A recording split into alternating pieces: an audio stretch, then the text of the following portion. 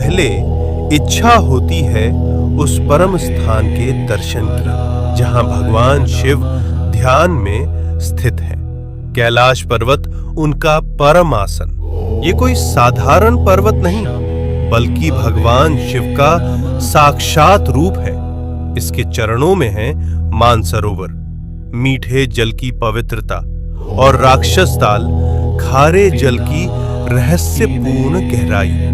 इतने पास फिर भी एक मीठा एक खारा, जैसे भगवान शिव के भीतर संतुलित दो स्वरूप। अब हम पहुंचते हैं उस तपोभूमि पर जहां भगवान शिव और माता पार्वती ने विवाह के बाद ध्यान लगाया।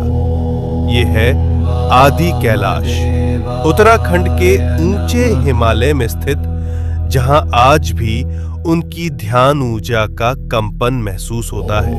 यही है गौरी कुंड और पार्वती सरोवर। ये पर्वत नहीं, शिव पार्वती की जीवित उपस्थिति का केंद्र है, इसलिए कहलाता है छोटा कैलाश। और पास ही स्थित है ओम पर्वत, जहां बर्फ पर स्वतः उभरा ओम दिखाई देता है, जैसे शिव का मौन मंत्र इस भूमि में गूंज रहा हो अनंत काल से। अब हम बढ़ते हैं हिमाचल की उस रहस्यमयी चोटी की ओर जहां विराजमान है स्वयं भगवान शिव, जिसे कहा जाता है मणि महेश कैलाश। इस पर्वत की चोटी से दिखाई देती है एक दिव्य मणि।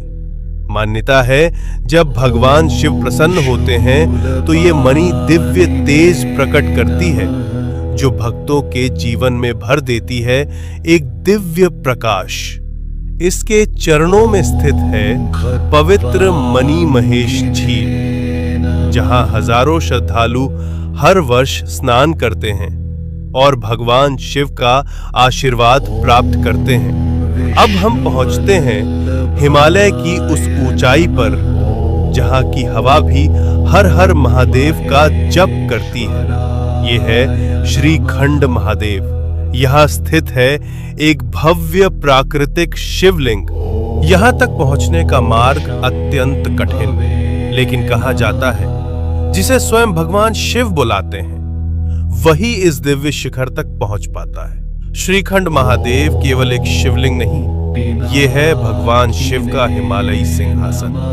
अब हम पहुंचते हैं भगवान शिव के एक और दिव्य धाम पर, हिमाचल की उस रहस्यमयी भूमि में किन्नौर कैलाश।